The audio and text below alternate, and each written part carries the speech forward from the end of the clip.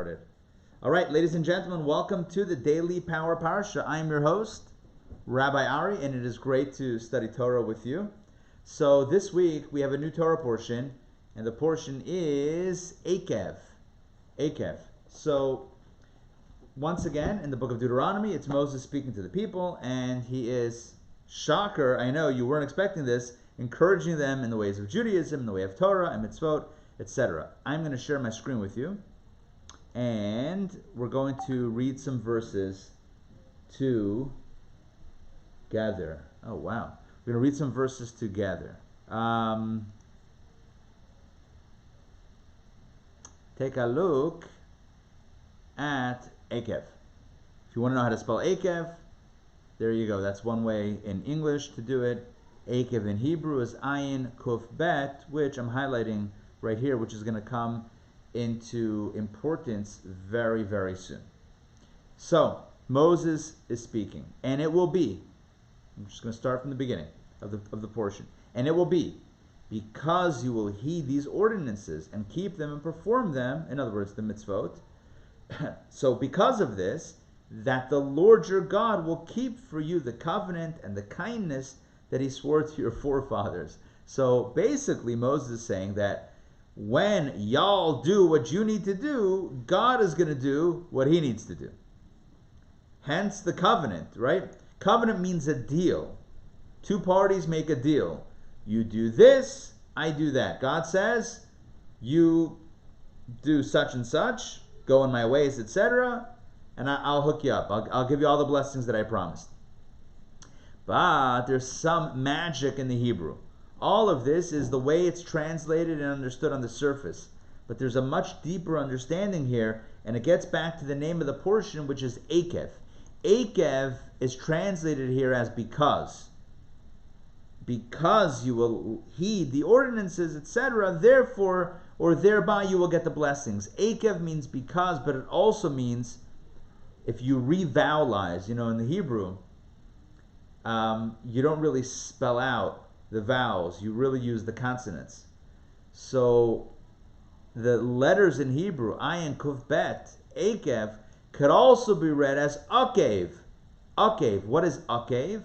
Eikev means the heel, like the bottom part of the foot, which prompts Rashi to say, take a look at Rashi. Let's toggle Rashi. Look at this right here. Because you will heed. Hebrew is Eikev, literally heel. If you will heed, not heal, heed the minor commandments which one usually tramples with his heels, then God will bless you. In other words, that what Moses is telling the people is not just to keep, Torah and mitzvot, but to keep the ones that people disregard as, it's not a big one. I'll give you an example.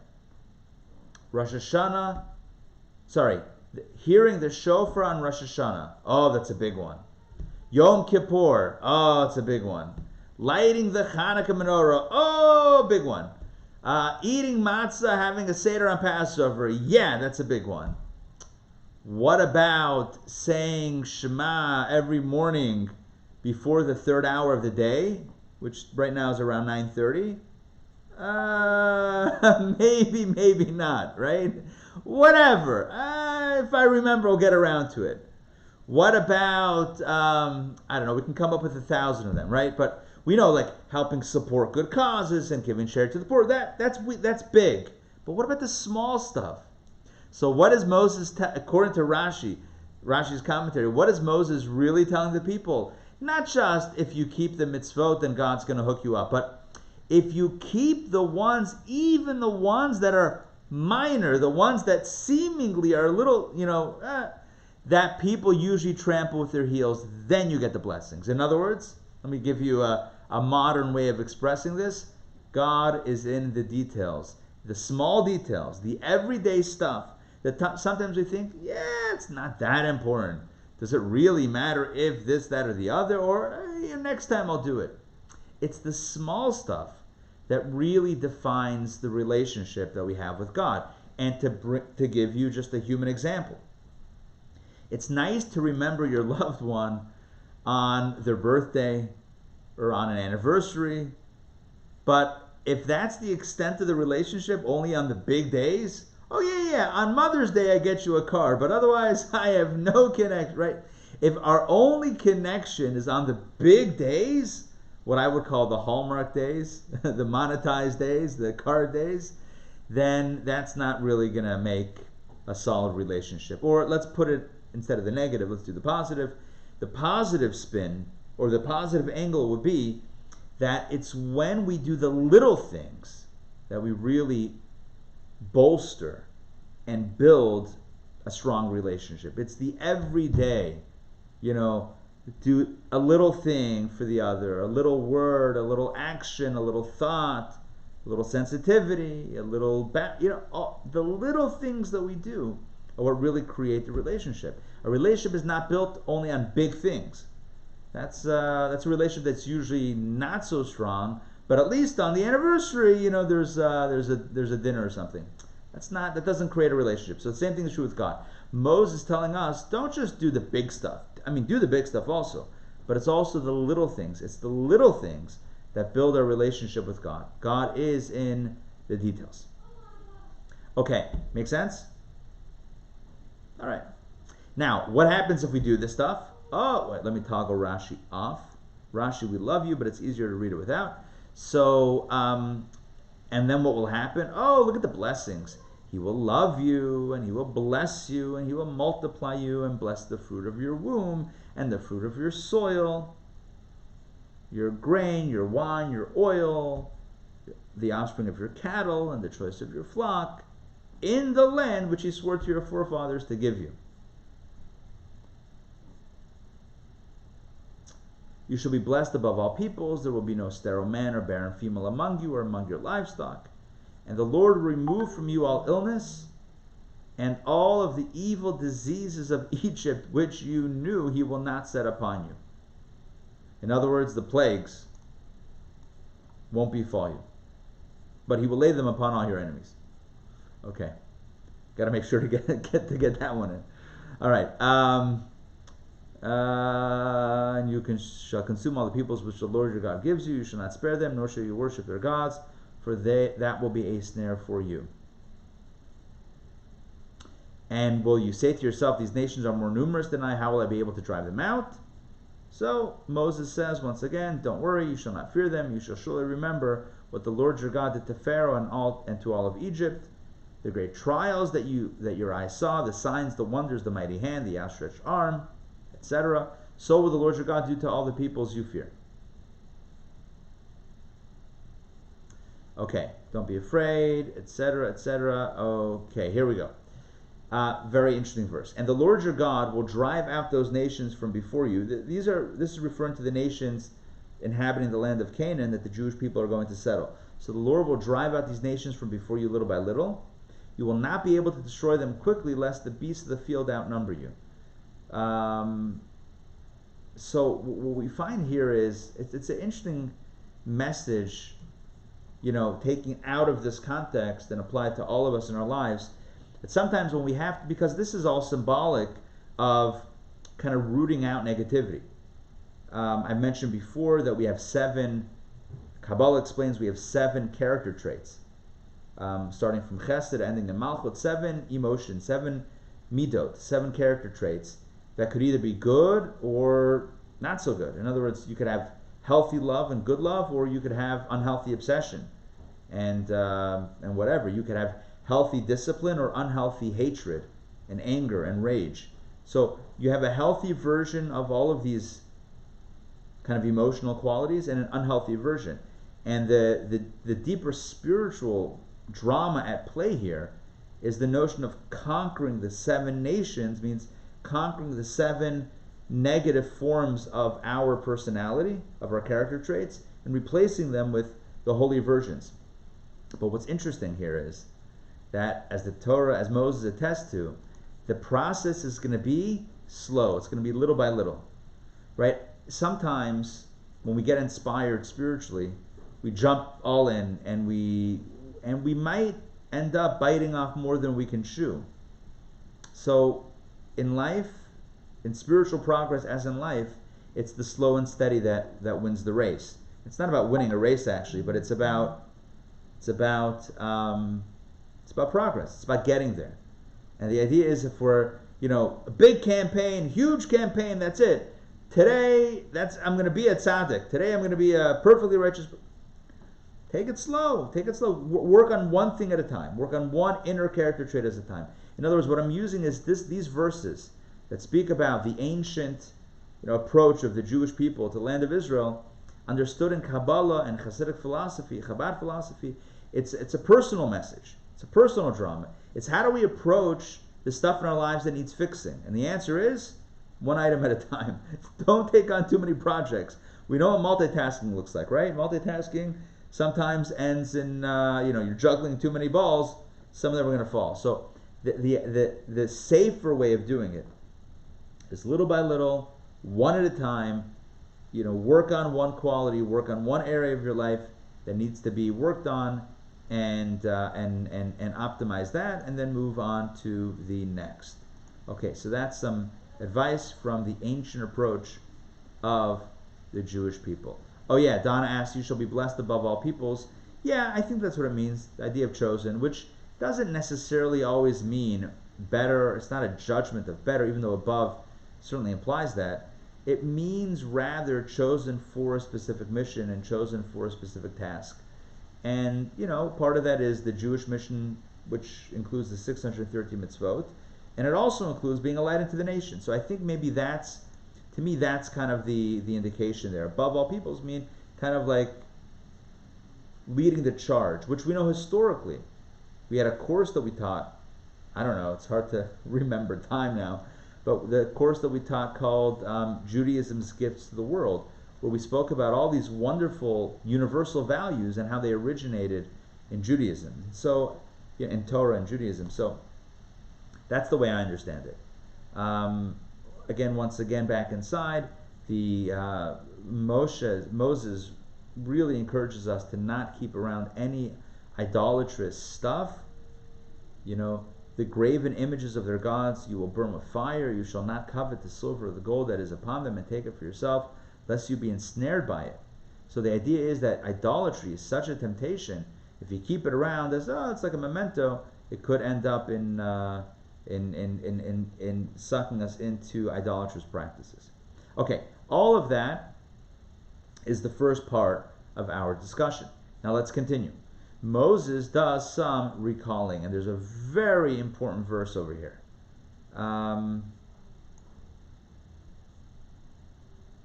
Which we'll get to soon. It's actually in the next reading, but we'll get to it soon. So what Moses does now is he recalls the journeys of the last 40 years. And he reframes some of the challenges that the Jewish people faced as a way of God testing their belief, their faith. Look at verse 2. And you shall remember the entire way in which the Lord your God led you these 40 years in the desert in order to afflict you, to test you. In other words, it was challenging. It wasn't always easy. What was the point of that? To know what is in your heart, whether you would keep his commandments or not. And here we have a powerful idea. And that is that God definitely puts tests in front of our way in life. Just because it's in front of us doesn't mean that it's meant for us to take. For example, it might be a test if we could be strong enough to not take it, to not fail in the test. I'll give you an example. Somebody might say that I believe in divine providence. I believe that everything is predestined, everything is ordained by God. Wonderful. Sounds like a lot of belief. Therefore, the person might say, because I believe that everything is predestined by God, if the person at the store left the cash register open, then with money inside, then I believe that God intended for me to have that money, because look, it's right in front of me. So the Torah says, no, there's another option, and that is that this is a test, not of the emergency broadcast system. No, that's something else. This is a test to see what is in your heart. Will you follow his commandments or not? Will you do what's right, or will you be tempted by what's wrong? Just because it's in front of you, just because it's available. And I'm using an easy example of a cash register with money, but there are many other subtle examples and maybe even more difficult challenges, stuff that we might convince ourselves, wow, the opportunity presented itself, once in a lifetime chance, no one will know about it, no harm, no foul, Let me just try it once, right? All of these excuses, all of these justifications and rationalizations that we might offer for ourselves to make ourselves do something we know is not so kosher, right? So the Torah, Moses is telling the people, telling us through Torah, don't do it. Don't do it. Sometimes God presents us tests, and the message is, don't do it. Do the right thing. Don't. Okay, fine. Next, we have a discussion about the manna. And he afflicted you and let you go hungry. Right? When after the Exodus, I mean, how much matzah did they have? Right? The stores were out of Manischewitz after a while. You have 2 million Jews buying up Manischewitz, you're done. So they were hungry. And then God fed you with manna, which you did not know. It's a very strange food, nor did your forefathers know. You can't buy manna at Trader Joe's. Sorry. So why did he do this? Or even Whole Foods? So that he would make you... Yeah. So that he would make you know. Why did God give you manna, which is this bizarre food from heaven? So that he would make you know that man does not live by bread alone, but rather by whatever comes forth from the mouth of the Lord does man live. God can sustain you however God wants. It doesn't need to be traditional food. That's the message. By God you live, not by the food, not by bread. By the way, this line, that man does not live by bread alone, I believe was used decades ago as a commercial, as a tagline for like a fast food place. That man does not live by bread alone, so buy the Whopper, right? Whatever. That was a tagline for a marketing agency. But getting back to our point is that what Moses is telling the people is that God gave us the manna to give us the message, to give you the message. Moses says that we're not sustained by the physical part of the food, but rather by God's blessing within that food. So it could be bread, it could be meat, it could be sushi, it could be manna from heaven. Doesn't matter. If God makes it happen, it'll happen. Bottom line is, we should remember where the true blessing and true sustenance is coming from. Not only that, not only did God bless you with this wild food, your clothing did not wear out upon you, nor did your foot swell these 40 years. Can you imagine a bunch of Jews wandering in the desert for 40 years? Oh, my foot is swelling. All right, no foot swelling. No need for yeah. Okay, good.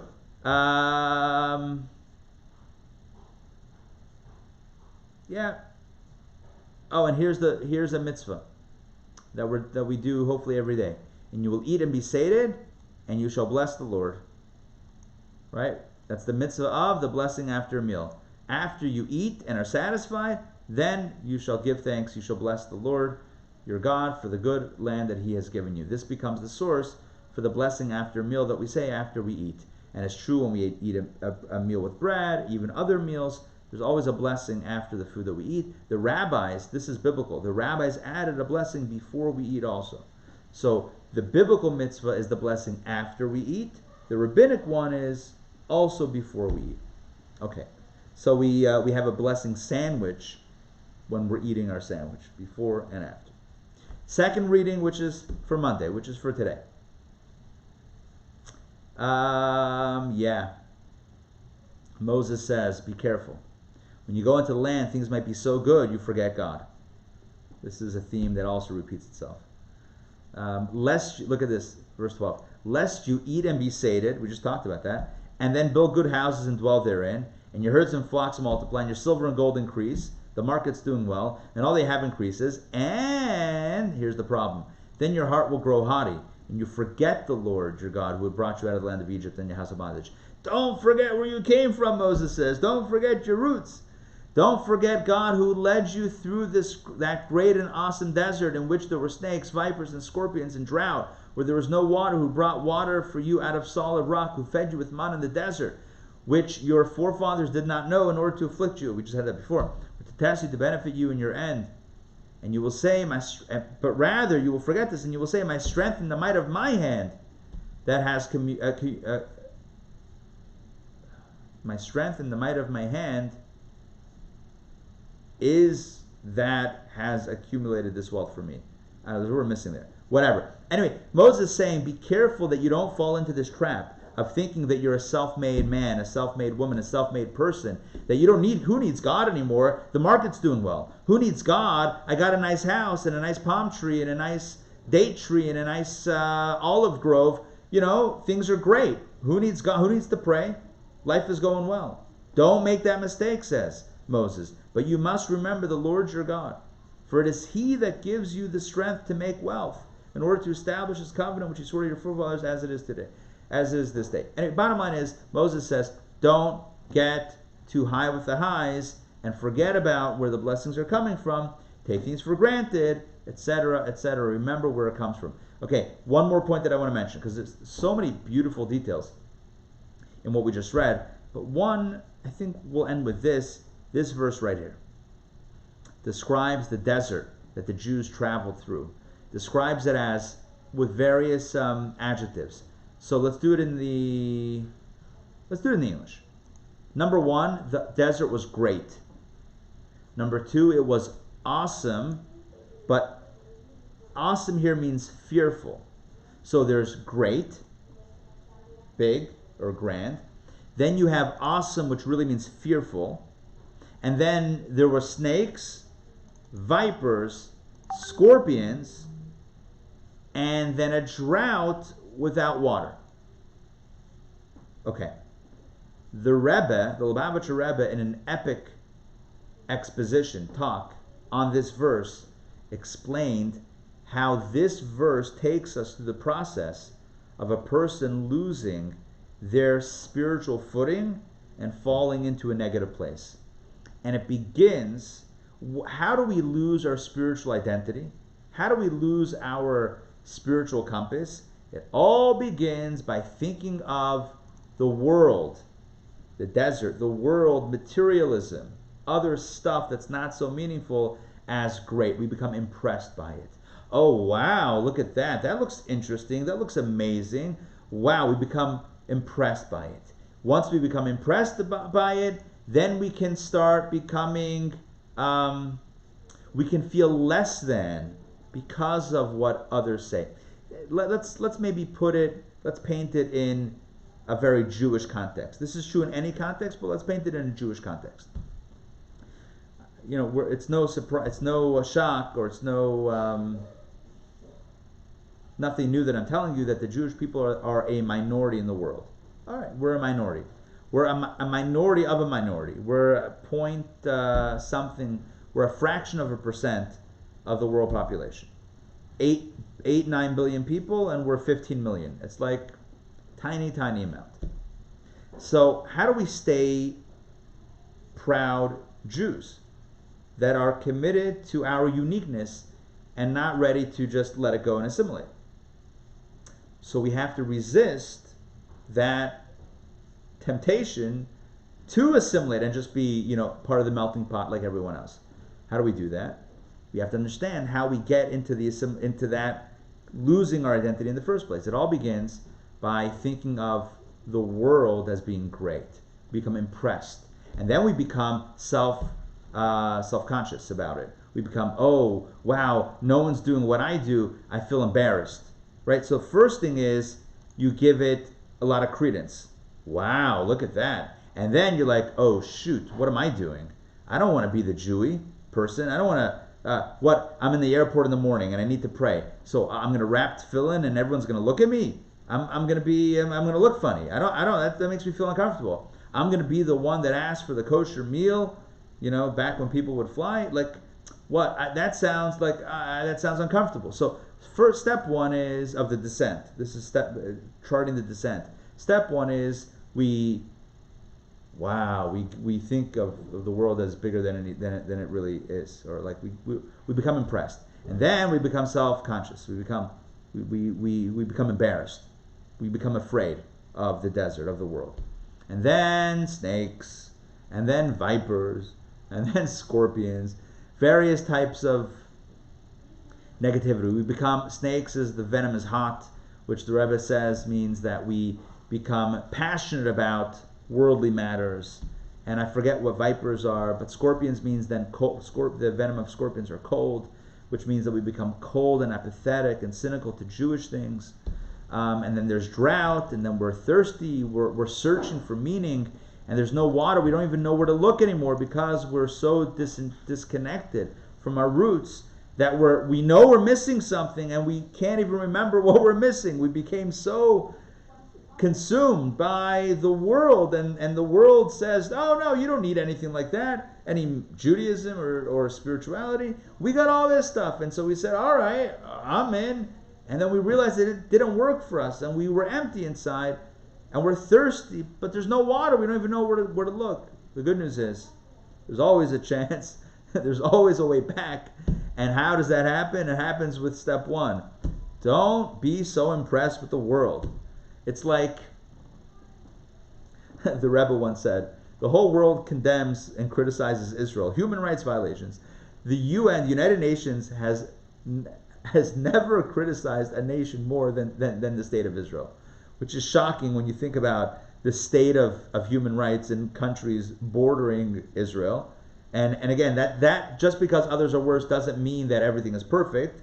No nation is perfect, including Israel. But it's important to realize that when a nation is targeted, there's a message. And the Rebbe once spoke about this and said, it's kind of funny how, these nations that are saying that Jews are doing this, that, and the other are the same people that not that long ago were, involved in cannibalism at a time when the Torah had the foundations of human rights. The Torah talked about people being created in the divine image and about not killing, not murdering people, and none of the other nations cared about that stuff. Now you're lecturing us on what's right and wrong.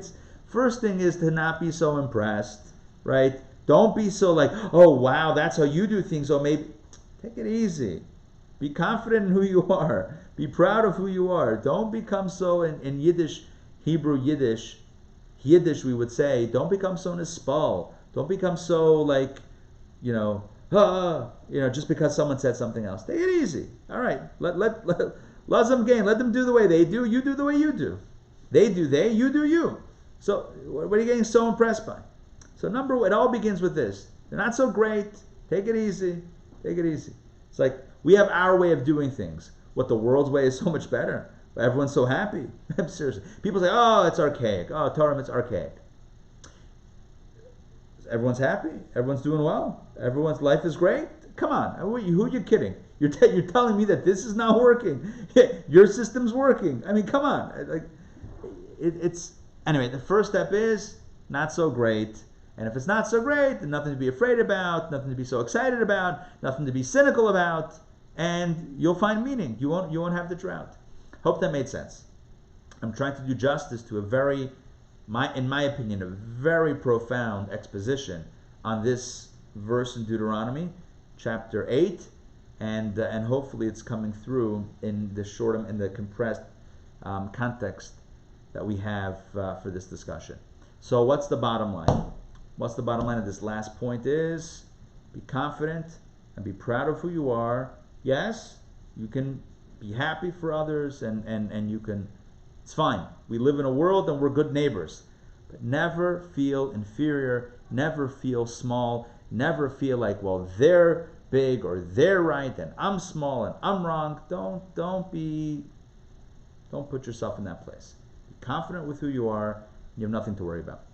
That's the final message. What do we explore today? A bunch of things, including that last message. I don't think I can review it all because we did a bunch of different things. All right, questions, comments. I see some stuff in the chat, or I saw stuff come into the chat. Let me take a read. Let's check out the chat. No, where's my chat? Here we go. Oh yeah, bench. Yeah. Mark is saying that's why he benches, right? No, not that bench. Bench means Yiddish. It means blessing after meal. Exactly. Yeah, it's Torah law. Yeah. And by the way, it's like what we said before. Like the stuff that we might be tempted to brush under our heels, like tomorrow's meal. No, it's important, right? It's a mitzvah. There's no difference between this and shofar and Rosh Hashanah. The only difference is frequency. This can be done every meal, so it becomes thought of as more casual. Whereas Rosh Hashanah, it's once a year, so it becomes very important. It's the same Torah that says, here the shofar in Rosh Hashanah says, don't forget to thank God after you eat. Okay, so it requires a little bit more attention on a more consistent basis. It's like asking what's more important, caviar or oxygen? I would say oxygen. But caviar gets more. I don't know. I've never had caviar, so I can't actually, whatever. But it becomes more exotic because it's once in a while. But just because it's more exotic doesn't mean it's any more important. On the contrary, that which is more frequent might be even more important. So same thing is true with Rosh Hashanah, with shofar or matzah and Passover. It's exotic. It's a novelty. It's once a year. All right, but benching, it's same Torah law. Rashi's Chumash translates. Mark would say leads, not led. Oh, who leads you in the desert? God leads you currently. Yeah, that's important, by the way. That's important because the Jews were still traveling. Think about it. They were still traveling. And if we read Torah as we're meant to do, as a timeless guide for our living, what it means is that God is with us right now in our journeys through whatever desert it's all like, it all happened then, but it's all metaphoric, and timeless for us. God is leading us through the desert, through our challenges. And we can play a good role by being confident in who we are. Boiling a kid in its actual. By the way, let me just give you another practical example. Person has a job, and they're starting to get into, let's say, Shabbat, and they're now, the boss says, hey, what about Saturday, working, whatever, and now they're in a quandary, like, oh shoot, do I say something about Shabbat? Do I say that I'm Jewish and I'd rather not? So now there's like a quandary, like, what do I do? So that last verse that I spent a little bit of time on says, be confident. Be confident. Say, listen, this is, you don't have to be, too over the top, but look, this is important to me. This is what it is. I'm going to make it up some other time, make it up, another day or whatever it is. But when we make it big, then it becomes big. And this is true in any area in life. Sometimes we build things up in our heads, and then it becomes impossible to take on because we've built it as such a monster, because it became so big. We overinflated it. And then we can't overcome it because it's overwhelming. First step is it's not so terrible, it's not so frightful, it's not so awesome, it's not so great. It's a conversation. That's it. Be confident who you are, have a conversation. Anyway, just again, a practical application of that last bit. Boiling a kid in its actual mother's milk was a ritual of idol worshippers. Yeah. Well, we didn't talk about that today. That was a ritual of idol worshippers. Yeah. Sounds pretty terrible, if you ask me. Okay, good. That's it for today. Thank you for joining me for Daily Power Parsha. Tonight, we do not have a program, but tomorrow night we are starting the Jewish course of Why. So join me. All your questions.